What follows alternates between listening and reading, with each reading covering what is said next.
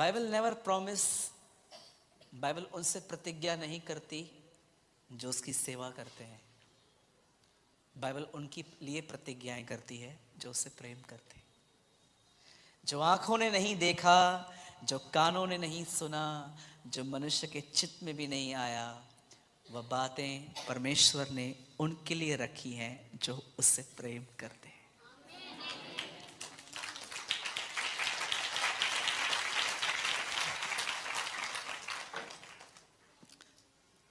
उन लोगों के लिए सारी बातें मिलकर भलाई उत्पन्न करती हैं जो परमेश्वर से प्रेम करते हैं।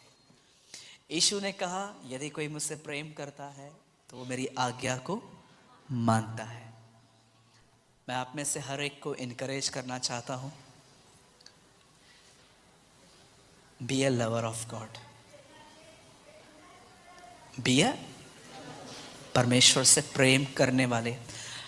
Trust me, I have enough reasons, मेरे पास इनफ रीजंस हैं उससे प्यार करने के।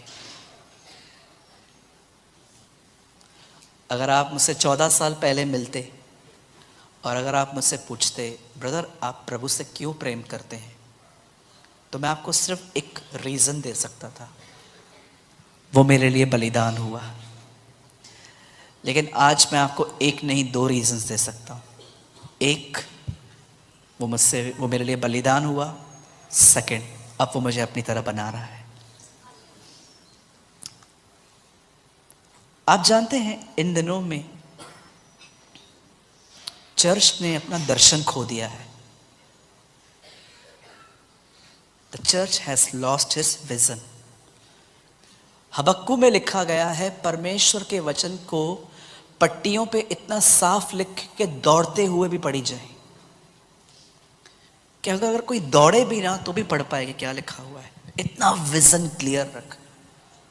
मैंने YouTube पे रिसेंटली एक मैसेज डाला था, यीशु के साथ रहना। मैंने उसमें ये विजन वाली बात बताई कि हम कैसे परमेश्वर की प्रेजेंस को कैरी कर सकते हैं। मैं आपको सच कहता हूं, प्रभु मेरा गवाह है, मैं इस कलीसिया में खड़ा हूं, मैं कभी भी मिनिस्ट्री के पीछे नहीं दौड़ा हूं, कभी भी नहीं। मैंने हमेशा डिसाइपल बनने की कोशिश की है, चेला। मैंने कभी भी मिनिस्ट्री का पीछा नहीं किया है। मैंने देखा है, मैंने जिन लोगों को मैंने देखा है ना जो सेवा के पीछे क्रेजी हैं, सब डिसअपॉइंटेड हैं। लोगों में से गलतियां निकालेंगे, ये इसने किया उसने वो किया। Be a lover of God. Bible के अंदर 2 लोग हैं, इन दोनों ने यीशु को चूमा था, लेकिन जानते हो इन दोनों के पीछे बहुत ही अलग स्पिरिट है। एक आदमी ने इसलिए इसको चूमा, उसको पैसे चाहिए थे,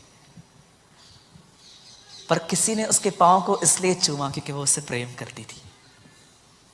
you know, be a lover. प्रभु मुझे आपसे कुछ नहीं चाहिए, मुझे आप चाहिए, मुझे आपकी जरूरत है। मैं एक दिन बहुत खुश था, मेरे हाथ से कोई चमत्कार हो गया था। बहुत बड़ा मिरेकल प्रभु ने मेरे द्वारा कर दिया था। 3-4 दिन में बहुत खुश था, बहुत खुश था, इतना खुश था आप सोच नहीं सकते। 3-4 दिनों के बाद मैं जब दुआ करने लग गया था, मुझे प्रभु ने एक बात कही, तुझे पता है तेरे पास सेवा का आनंद है, मेरे साथ रहने का आनंद नहीं है। आपको पता है इन दिनों में बहुतों के पास किस चीज का जॉय है? ओ गॉड इज लिफ्टिंग मी, प्रभु मुझे उठा रहा है, अब मैं भी सेवा कर रहा हूं, अब लोग मुझे भी जान रहे हैं। नो, कलीसिया को उस जगह पे लौटना है जहां पर हम ये कह सकें हमारे पास सिर्फ यीशु के साथ रहने का आनंद है। That's a real ministry. इसलिए मैंने कहा वो सेवक मत बनो जो परमेश्वर से प्रेम करता है, वह प्रेमी बनो जो परमेश्वर की सेवा करता है। Don't be a servant who love God but be a lover who serve God. बहनों के लिए किसी जेंट्स को उठाना आसान नहीं है, क्योंकि आप थोड़े निर्बल हैं, बाइबल बताती है ये। पर आप जानते हो मरियम मगदलिनी जब उससे मिलने के लिए गई तो क्या कहती है, तुमने उसे कहाँ रखा है, मुझे दो, मैं उसे ले जाऊंगी। क्या करेगा एक मरा हुआ यीशु उसके लिए? क्या वो उसे भोजन देगा, फिश देगा, ग्रेस देगा? कुछ नहीं देगा। लेकिन फिर भी कहती है मुझे मरा हुआ यीशु चाहिए। मैं आपको बताना चाहता हूं, वो पुनरुत्थित प्रभु से मिलने नहीं गई थी, वो मरे हुए यीशु से मिलने गई थी। आप में से कोई है ऐसा जो खुदा से कहे तू दे नहीं दे, who cares, I want you, मुझे तू चाहिए। शद्रक मेशक अबेदनगो कहते हैं वह बचाए तो भी ठीक, न बचाए तो भी परमेश्वर है। जरा अपने आप से एक बात पूछिए, जिस तरह से आप प्रभु से पहले प्रेम करते थे, क्या आप उस तरह से अब भी करते हैं?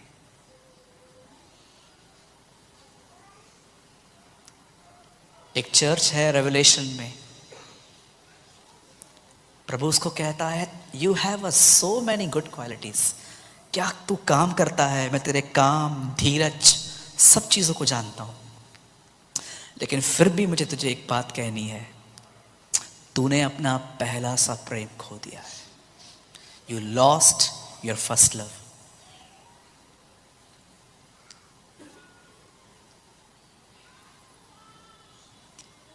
आप में से 70% लोगों ने अपना पहला प्रेम खो दिया है। Trust me.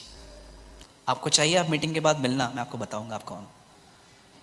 70% आप में से पहला सा प्रेम, वो प्रायोरिटी जो तो आपके लाइफ में पहले थी उसके लिए अब नहीं है। मैं कई बार सोचता हूं प्रभु आपने इब्राहिम से इसहाक क्यों मांगा? मुझे परमेश्वर ने कहा क्योंकि उसने मेरी जगह लेके ली, उसने मेरी प्लेस ले ली थी। परमेश्वर इब्राहिम से इसहाक नहीं मांग रहा था, परमेश्वर इब्राहिम के अंदर इसहाक को मार रहा था। My sister's, don't worship your husband. अपने पति की आराधना न करें। मेरे भाइयों, अपनी पत्नी, अपने बच्चे, अपने बिजनेस की आराधना मत करो। आप जानते हैं वर्शिप का मतलब क्या होता है? आराधना करने का मतलब क्या होता है? ये बड़ी दुख की बात है कि आजकल आराधना गीतों में सीमित हो गई है, सिर्फ गीतों में। एक होती है गीतों वाली आराधना।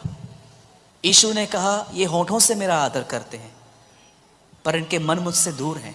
यस, होठों वाला आदर भी है वहां पर। एक होता है आराधना सिर्फ गीतों से, सिर्फ बॉडी लैंग्वेज से। अब थोड़े बियॉन्ड, अब थोड़े और आगे आइए।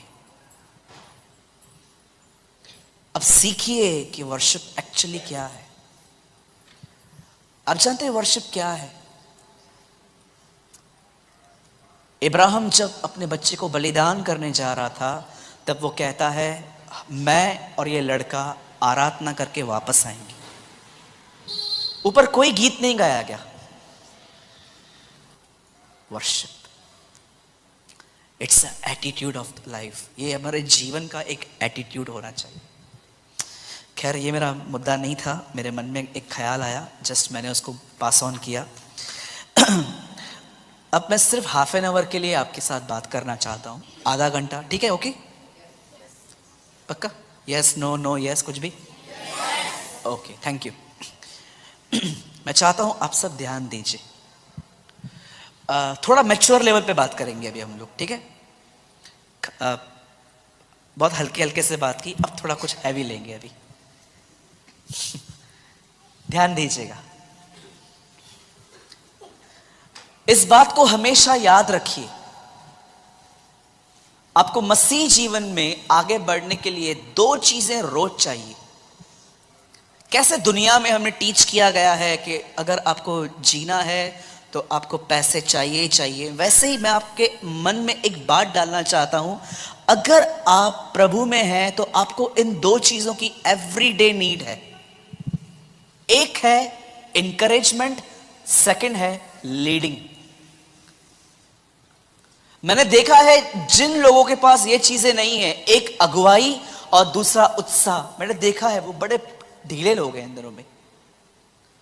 लाइफ में आगे बढ़ने के लिए सबसे पहले चाहिए लीडिंग, मैं किस तरफ जाऊं, और सेकंड जब मुझे कोई कहे इस तरफ जा तो मुझे वहां पर जाने के लिए इंकरेजमेंट हो। आप जानते हो इन दिनों में बहुत सारे लोग कंफ्यूज्ड हैं कि क्या करें, किस तरफ जाएं। मैं आपको बताना चाहता हूं आपको लीडिंग की जरूरत है। एक लीडिंग होती है पास्टर के थ्रू जो हमेशा अवेलेबल होती है, पर एक लीडिंग ऐसी होती है जहां पर आप इनसाइड परमेश्वर को सुनते हैं कि वो आपको क्या करने के लिए कह रहा है, कहां पर शादी करनी है, हाउस लोन लेना चाहिए नहीं लेना चाहिए, किसको सुनना है किसको नहीं सुनना है। मैं कई बार यूट्यूब चलाता हूं, किसी को सुनना स्टार्ट करता हूं, प्रभु मुझे बोलता है बंद कर, उसको मत सुनना। So many times. आप जानते हो क्यों हम लोग परमेश्वर को नहीं सुन पाते हैं कि हम लोग किस तरफ जाएं? जानते हो रीजन क्या है? क्योंकि हमारे अंदर शांति नहीं है। ये प्रॉब्लम है हमारा। बाइबल बताती है इंसान, परमेश्वर 2 बार बोलता है पर मनुष्य एक बार भी नहीं सुन पाता, चित नहीं लगा पाता। अय्यूब कहता है भवंडर आया यहोवा उसमें न था, पर एलिया कहता है भवंडर आया यहोवा उसमें था। दोनों के सामने सेम बातें हुई, एक पहचान पाया दूसरा पहचान नहीं पाया। मैं आपको सच कहता हूं, आप बाइबल को आराम से पढ़िए, आपको पता चलेगा बाइबल की हर पत्री इस तरह शुरू हुई कि परमेश्वर की दया, उसका अनुग्रह, उसकी शांति तुम्हें मिलती रहे। क्योंकि परमेश्वर जानता है जब तक शांति नहीं होगी तब तक ये मुझे सुन और समझ नहीं पाएंगे। आपको प्रतिदिन जिस चीज की जरूरत है वो है अगुवाई, उसका मतलब है लीडिंग, कि परमेश्वर आपको लीड करे कि आपको कहां जाना है कहां नहीं जाना है, और उसके लिए एक शांत मन चाहिए। और अब मैं आपको समझाना चाहता हूं कि आप कैसे प्रतिदिन शांति में चल सकते हो। बाइबल ऐसा बताती है कि परमेश्वर ने आदम और हवा को बनाया, उसके बाद मैं संदेश में आऊंगा। परमेश्वर ने आदम और हवा को बनाया और उनको बनाने के बाद बाइबल ऐसा बताती है कि प्रभु ने उन्हें अदन के भाग में रखा। आप जानते हैं प्रभु ने हर चीज उनके पास दी। आप गूगल करके देखिए, आपको पता चलेगा इस दुनिया में 2500 किस्म के फ्रूट्स हैं। आप जानते हो अदन की वाटिका में 2500 फ्रूट्स थे। अगर आदम आज कुछ खाए और वो कहे कि अब सब टेस्ट करके फिर से मैं खाऊंगा, तो उसे नेक्स्ट फ्रूट तक आने के लिए 7 साल लग जाते थे। इतने फल थे प्रभु ने वहां रखे। प्रभु ने सब कुछ वहां पर रखा था, पर लास्ट में प्रभु ने उससे कहा तू सब खा सकता है सिवाय एक को छोड़ के। और जानते हो शैतान जब वहां पर आया तो उसने क्या किया? उसने हवा को उस फल की तरफ दिखाया जो प्रभु की मर्जी में नहीं था, और उसने वो खाया।